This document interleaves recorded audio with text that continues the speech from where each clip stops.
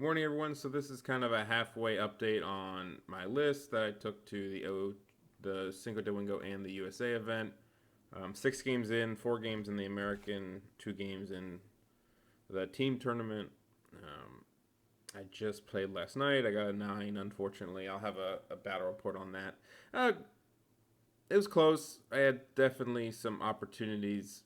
It was like verse 9 used a tower guard, and I kept killing them, and it was breakthrough, and I didn't manage to kill 2 of them. Got through, and I don't have enough scoring to get across, or didn't have enough scoring the way I played it. Not insanely happy with how I played. Uh, it felt like I played with a 20-0 mindset, and I kept just playing, trying to do that mindset. And I think there were some turns, or I know there were some turns I made charges that were just dumb, and maybe even got a little tilted from taking a lot of wounds on one of my elders, where like I think he took 4 wounds from like 8 attacks. He had rerolled a wound, but still, it's like I died to like 12 blackguard attacks that had rerolled a wound, and or tower guard, and it's like 3% chance. But it's so big to survive it because of the position I was in, and I didn't accurately I took the chance, and it just was a dumb idea. Though my Herald did a lot of work. Anyway, I'll have a battle report on that game. But we are halfway through. I have 4 wins. Let's see. These were all with my new list. I mean, it's fine. You saw the battle report with this one, with our loss to Sylvan Elves, and you'll have this battle report. I mean, the list. I mean, it can win. I definitely was on the brink of winning both these games, and not even that far off, in my opinion. I need to do some things better, I thought, but definitely had the opportunities. But this is the list, and so when we talked about the Ocho, I commented about putting in a Burning Porton guy. I dropped the Knights for this, and then I switched up some of the core and the chaff. So how do I feel after having done all those changes and my perception right now? Well, I'm very disappointed in the Damnation unit. I think it's pretty garbage, at least for how the army plays and how I play that unit. It tends to just be going to get objectives, which is what I kind of needed to do. But at the same time, I don't know. It kind of did the same thing the Knights do, but without the threat range of the Knights. And so it kind of feels like kind of lackluster in that spot of like, you can feel the speed difference, right? It's move 6. It doesn't charge very far. So the threat range it projects isn't that good. Sure, it's great for scenarios, and it's done some decent things. It's not a horrible unit, but it just doesn't feel good. Moving from dogs, flare unit to dogs is fine. I have no problem. Usually one of my units, I chaff very early, and dogs are really good for that. They can kind of do what flares do, a similar style, and then I always have a backup flare unit for later in the game, so I don't think that's an issue. I'm happy with the 2 chaff pieces I've been using. The Porton Lord has been semi-disappointing. I mean, sure, he's done some work, don't get me wrong. He's killed some shit, and maybe killed some shit he shouldn't have killed. But I've lost the 2 losses. I basically have lost the games because I've let my unit of warriors, the unit of warriors just die around him. And both games, like the warriors died and he broke and got caught. And I was like, oh, that sucks. I mean, he's fucking 800 points if he dies. That unit is 1,100 points, and so if I let it die, just doing that, like, it's basically sometimes just does nothing and dies. I actually really hate the 16 warriors. They're just kind of garbage. It feels like, I don't know. It doesn't mesh with the list. I don't want to say garbage. It just, without like a shrine in there to help him, and a shrine in him, all you need is 2 models, and you have 2 full ranks, right? One model gives you a full rank, 1 warrior that is, as opposed to like 3 and stuff like that. So maybe if you run like that type of list where it's like a lot of ranks and all that kind of stuff, maybe he's better. He's fine. I don't play him very well, I don't think. Maybe some of it's a mix of, I've risked him charging out of units, and sometimes, you can't. I've faced the models that were quite annoying for him, right? I face 6 units with 2 up ward savers flaming. I ended up killing the Griffin, but that was scary. You know, the Dark Elves had repeater bolt throwers and alchemy magic, so that's hard to go out of. I should have went out against the Wood Elves though. That he had the 2 up save guy that was like 6 strength 7 attacks, who could actually compete with me. So I feel like versus the KOE they did well, though he had 2 guys with flaming wards on hippos, so that was really like it's not that I can't win when people have the flaming wards and stuff, but people seem to just have had pieces that are very good versus him, where I thought like he would be like really good. His speed, like he's very slow compared. I mean, he can run out of the unit, but he's still very slow relatively. It just hasn't been as good as I wanted it to be. I don't think it's bad, and I don't mind using the list. I don't think the list is bad. It's just, and I'm glad I tried it, because I feel like when I was talking about the list when I originally came up with the changes, I thought it would be like a big step in the right direction, and it just hasn't felt that way as much as I wanted it to be. This list is clearly lifted by the Herald and the 2 Elders. Like, they do the bulk of the work, and so I need pieces that help that, and I don't know if this does. So I'm not saying it's bad. I'm going to play 6 more games with it. We'll see what happens. But, Thomas from Germany and I talk about Warriors a lot, and he started playing Warriors again. And so not that he took my list, but he kind of pioneered, to me at least, the Herald and the Chariot guy that I've been using for a long time. He used that too. But he took some of the ideas from this list, and it's nothing special. I mean, he has to. And he changed it up, and he's testing some stuff that I want to test now too, and we've been talking about it. That seems like a very interesting change. So I'll show you the army that he came up with, and we've been talking about it. So this is the army right here. So the big changes are he keeps the same Sorcerer and Exalted Herald that I have. He keeps the Elders. He keeps Flares, he drops shields, which is no big deal, and he keeps warriors, and he keeps 1 unit of lust guys. So where are the big changes, right? He drops the Pouring Lord.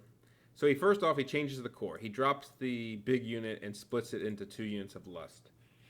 This does 2 things. One, it opens up scoring in the core. So you have 3 scoring in core, which means you can drop 1 of the scoring from special, which is in this case is going to be the Forsworn. It's 70 points above core versus my 5 points above core, but it's not a big deal. You don't really, even if you were to drop those 70 points in core, there's really nothing you can get for it. Your elders, there's nothing, everything's maxed out. So unless you drop it at Feldrake or something, your heroes are maxed out on items. There's nothing to do. You might as well spend those 70 points on core, and it's musicians for the lust guys. So, and why the lust guys are so good, right? They're good scoring, 285. They fill their core, they score, they're tough. They're leadership 9. They can flee. They're fearless. They're 3 up armor save, toughness 4. It's hard to push them off objectives because you can't panic them. They can flee if they need to, and they're still tough versus a lot of units. They beat a lot of things. So they're just good, solid scoring, and having good scoring in this game is great. And they're not, because you have to spend core points on them anyway. In some scenarios, maybe flags or secure or spoils, you don't mind if they take a while or they're sitting back. If you don't put a unit, if you hide them or you don't really do a ton with them, you're not as it's not as big detrimental, right? You're not missing half your army because of it. So, since I'm not taking the big lord the big Pouring Lord in this list, and I can see not taking what my list had the greed guys before, I think you can get away with it, because you're turning that greed unit. If you look at this from my Ocho list, right, which had this same setup and this setup, he's essentially saying, all right, take the greed unit, split it up into 2 units, and then use those points, and then put the knights into this unit of Feldrakes, and then change the chariot for a Forsaken one. And so what you're doing is you have the same 4 scoring units, and you turn that big kind of fighty greed unit into a bigger Feldrak unit, because three Feldraks do what three Feldraks do. They project a nice force. They are semi-susceptible to panic, and they can do some work, but typically they're objective zoners and stuff like that. I think there is some merit in putting a lot of your points into the one Feldrak unit, and here's some reasoning. One, obviously, the bigger your Feldrak unit, the bigger the buffs, the better the buffs are, right? So +2 armor on 6 Feldraks is really nice to have a 2-up save. They have 20 wounds to get through, 24 wounds actually. Tough 5, hard to panic. You take discipline for the 30 points. You just take the damn discipline. They're also, I think they work a lot better with the Herald, because the Herald is going to cast spells. And the Feldraks, if they're fighting, are one of the best units to put the attribute on. Same with Elders, because they're just more likely to hold on their stubborn or hold. It kind of, the fact that you don't have rerolls can be a little dissipated because of the Exalted Herald. They can flee, which is nice, and they're just tanky. And so there's great weapons on them. I think that's a debate that Thomas and I are having. He had paired weapons, and we were talking today, and I said, why not halberds or something? I think I kind of like halberds as like a nice mix of strength 6, but you also get to keep your AG3 / AG4 on the charge, so you are faster than a lot of things. But great weapons, Tanka style has some merit too, because you just, like, this list doesn't have strength 7 in it, right? You're 5, 6 on the Herald, you're 5 on the Chariot, 4 on the units, 6 on the Elders, 6 on the thing. 7 is just a nice, like, man, they kill 1-up save heroes, they kill big monsters, they could give you an option to fight a steam tank. I don't know if paired weapons on 6-man units are the way to go, because you're missing out on attacks in the back. So basically you're paying for like +3 strength 5 attacks and +1 weapon skill. I just think the math on most units, it's better to just be stronger, because you don't grind like the parry units as well, but I think you don't need it as much, because your sheer volume of attacks now, like when you have 3, you get +1. It kind of is the best of all worlds, because you're not losing attacks. You kind of need the number of attacks because you lack the amount of attacks to really get through a lot of things. But when you have 18 strength 7 is pretty fucking good. It's 19 with the champ, right? You want 19 strength 7, or do you want 22 strength 5? And depending on the weapon skill of the opponent, you hit on 3s, right? I think mathematically, let's just do some quick math. If you are, what's the worst case scenario? The best case for strength 5 would be obviously toughness 3 with parry or something, and weapon skill 4, right? Where 22 turns into, is it 22? It says 22. 22 turns into, what, 3s and 2s, which is 10/18 of 22. So you're talking, it's about a little over half. You're talking 11 wounds, where you maybe get 8 wounds with the other guys. But that's like best case. That's like versus little guys. But you're still getting enough wounds that you kind of can tilt the battle in your favor, right? But if you lose, I don't know. I just think there's a merit for great weapons or halberds on the big unit. I actually think there's a lot of merit for one of the two that's not paired weapons. You don't have Evo magic. You just need a wound. Like, it just turns them up. Like, 1-up save rerollable heroes can't hold them anymore. Because when it's a 6-man unit, like, you can legitly be held by 1-up save heroes. And sure, you can maybe get through and you have maybe Gloria Gold or something, but I don't know. I think there's enough things out there, single models, where now it becomes like a super threat. Like, it threatens other monsters and stuff. Just strength 7 is just super nice, right? So that was the change. And then he put a Forsaken one in. So, let's think about this Forsaken one a little bit. I have to go to this, right? So, one of the great advice from Thomas once was, this was way back in the day that he gave me, was, it's not always what's best for the points, it's what's best for your army. And that, it feels kind of deep, right? Because back in the day, before some of the nerfs and stuff, the shrines are still very good. Shrines and Forsworn were some of the best points you could spend. It was so cheap to have 3 Damnation Forsworn, and the Shrine was like 265 or something. And the point is, you spam those, right? You have, I have 2 Shrines, 2 Forsworn with Damnation, and some Warriors. And you're like, my entire army is Strength 4. AP 1 and AP 0. And you had so much Strength 4 that you couldn't overcome some of the armor issues.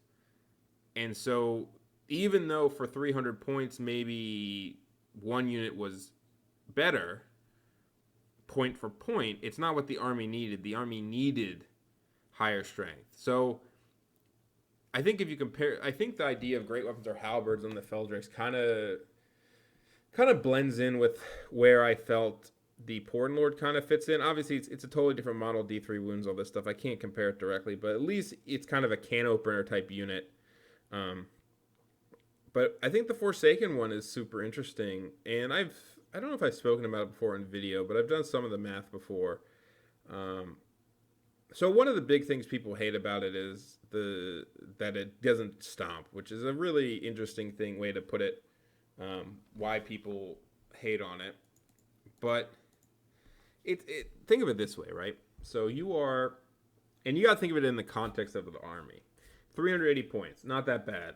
A couple more points than a Chosen Chariot, and I like Chosen Chariots a lot. Don't get me wrong, but a Chosen Chariot is a glorified. The list has enough things that act like a Chosen Chariot, right? It's tough. It's pretty fast on the charge. It has a good save with high toughness. It has a lot of attacks. I mean, I don't know what else to say about it. Chosen. It can flee. Great, whatever.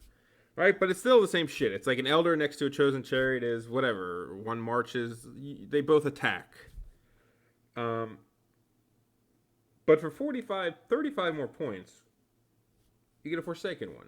All right? So let's take a couple things. One, it's 6 HP with 6 resilience and 5 up fortitude. Pretty nice. It's not bad versus alchemy. Sure, you can shoot it with cannons. It's pretty good versus. I mean, the fact that it's res 6 is very important against like pyro and stuff. And 380 points isn't that bad. Like, it's not that expensive. You can lose it because you got to remember it's a matter of threats, right? When you have Herald, 2 Elders, and a giant unit of Feldrakes, there's only so many things you can deal with.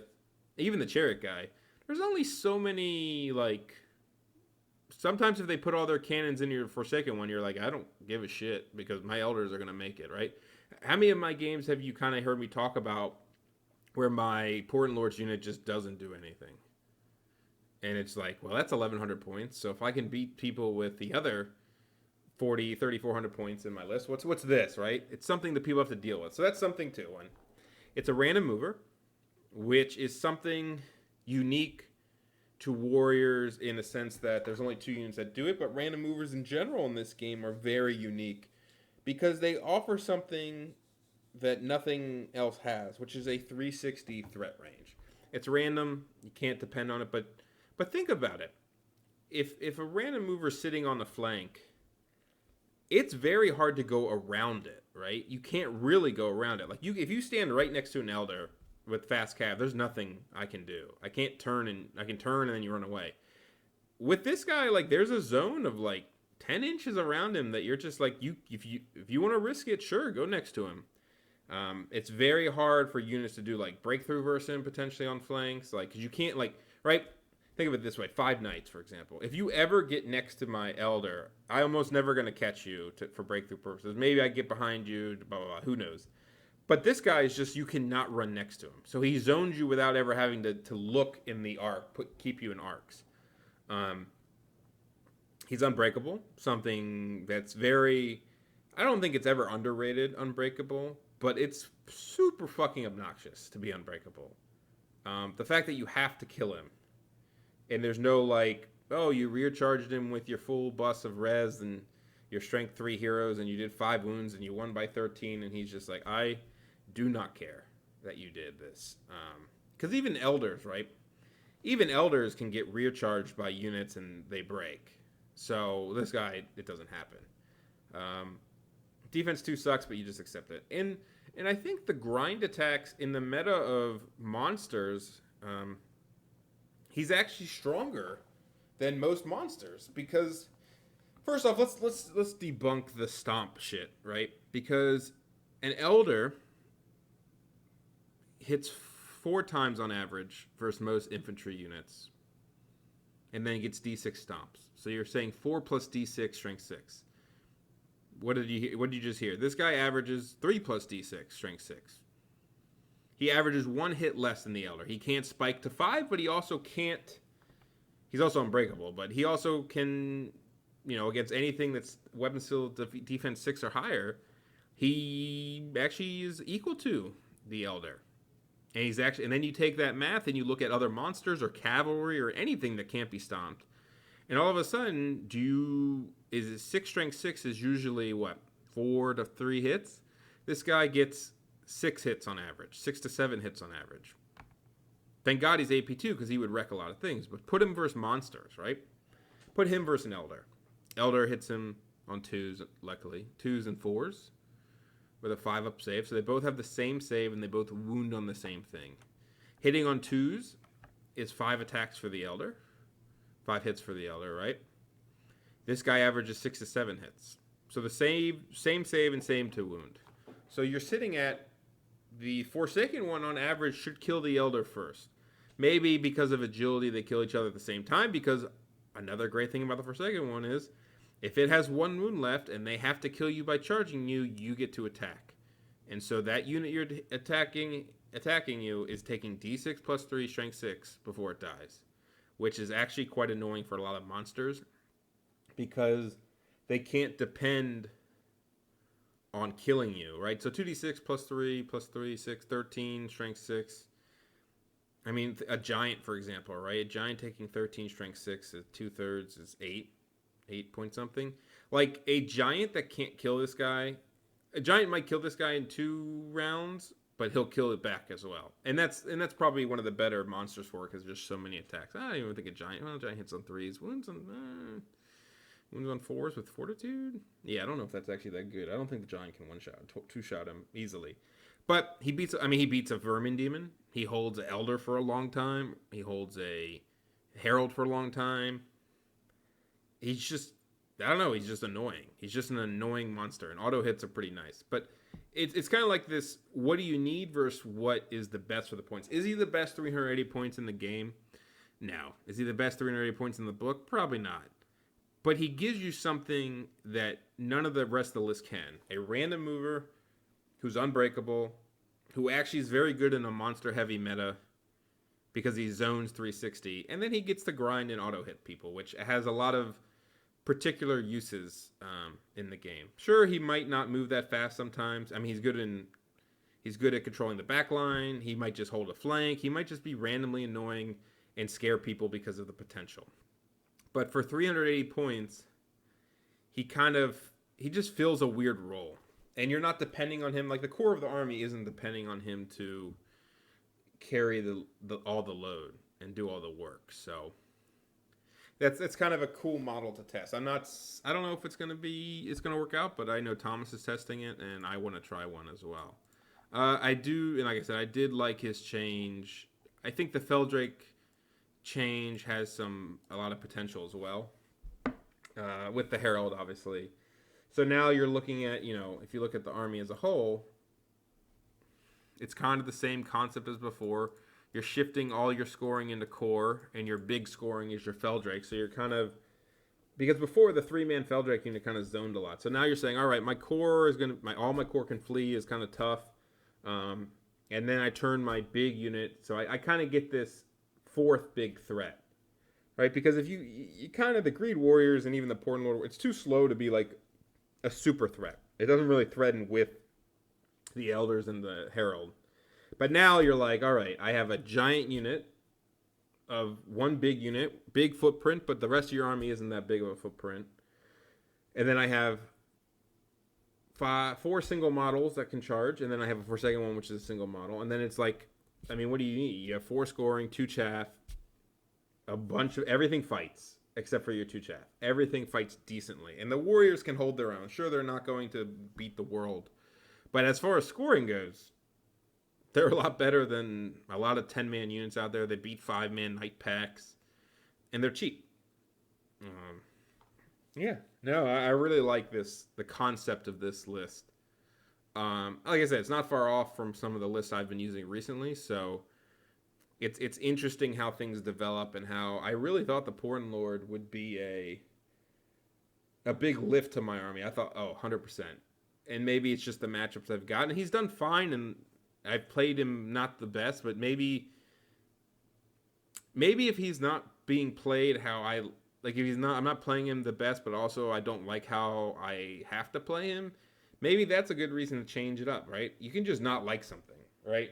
I don't love some of the more defensive warrior styles, right? With like I've played it, but the two shrines, the bigger units, the master mages, it's fine and I don't hate it. But maybe it's not maybe I don't love that style. Maybe this is closer to the style.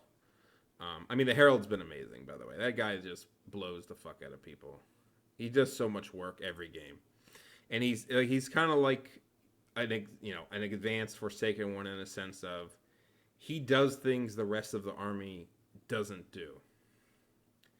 And so because he's so unique in that way, in the guiding light and the manifestations and all that good stuff and the options, he I don't know, he's a great fit. So that's kind of my mid. I'm 6 games into with this list into tournaments. I've played it in some practice games. It's been fine. I don't think it's bad. I'll see how it rides out the rest of the tournaments. We'll see what matchups I get. But I think this is a potential list to try maybe in the next event. So anyway, thanks for listening.